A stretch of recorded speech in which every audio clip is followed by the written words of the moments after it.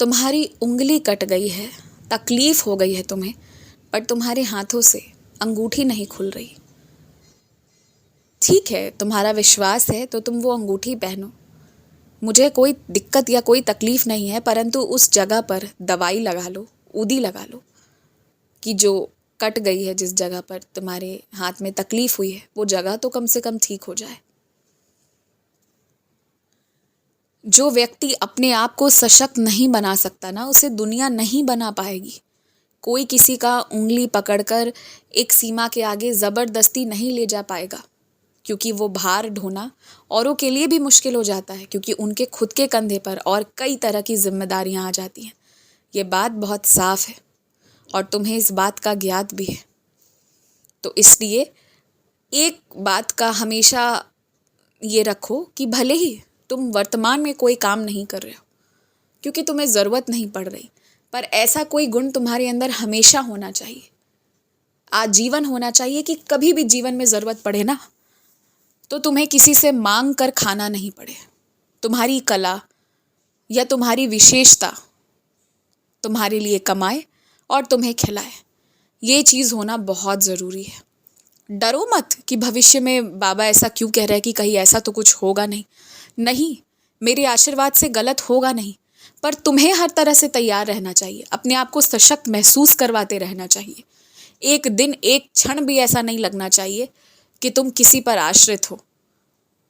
तुम्हारा आश्रय लोग ले रहे हैं तो वो अच्छी बात है, और क्योंकि तुम किसी की भावनाओं के साथ खिलवाड़ नहीं करोगे। लेकिन तुम मेरे बच्चे हो तो तुम्हें सशक्त होना चाहिए, आर्थिक, मानसिक, शारीरिक, हर तरीके से, जहाँ तक बन पड़े, जितना बन पड़े। अपनी आँखों पर थोड़ा ध्यान दो। अपनी आँखों की रोशनी को अच्छा करना है ना, तो ये जो अंधेरे में मोबाइल चलाते हो वो बंद कर दो, और आँखों के लिए जो व्यायाम करने बोला गया है, जो भी तुम्हें बताया गया है, उन नियमों का पालन करो, और अपनी आँखों की रोशनी को तुम पूरी तरह ठीक कर सकते हो यदि तुम चाहो तो।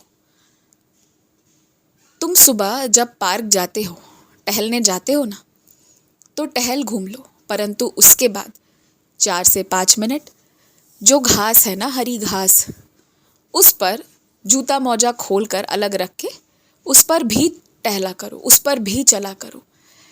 जब मिट्टी से जुड़ोगे, घास से जुड़ोगे, प्रकृति से जुड़ोगे, तो एक अलग हद की खुशी मिलेगी, और वो तुम्हारे शरीर को किस तरह से अच्छा कर देगा ना, इसका तुम्हें अंदाज़ा नहीं है। जो अपने धरती की मिट्टी से भागते हैं ना, जो उससे दूर भागना चाहते हैं, कभी ये कहते हैं कि उन्हें एलर्जी है, कभी वो उससे घृणा करते हैं, वो लोग वाकई में बेचारे होते हैं। सच में उनका किस्मत खराब होता है, तभी वो वैसा कर रहे हैं। अन्यथा अपनी मिट्टी से कभी दूर मत भागो। ये मिट्टी ही सच्चाई है और ये मिट्टी ही दवाई है, ये भी जानो। इससे जुड़े रहो हर तरह से। 2-3 लोगों से तुम्हारी दोस्ती अब गहरी होगी, जिससे थी उससे तो रहेगी और आगे भी होगी, परंतु मित्रता आजीवन निभाने का मूल मंत्र है। प्रेम से बात करना, कुछ गलतियों को माफ़ करना, और एक सीमा होनी चाहिए, इसके आर पार कोई नहीं जाएगा। ना तुम उनके जीवन में जाओगे, ना वो तुम्हारे जीवन में आएंगे। उस सीमा को लांघना नहीं है, ना लांघने देना है। इतना रखो, आजीवन तुम्हारी मित्रता रहेगी और बहुत लोगों से बहुत अच्छी रहेगी।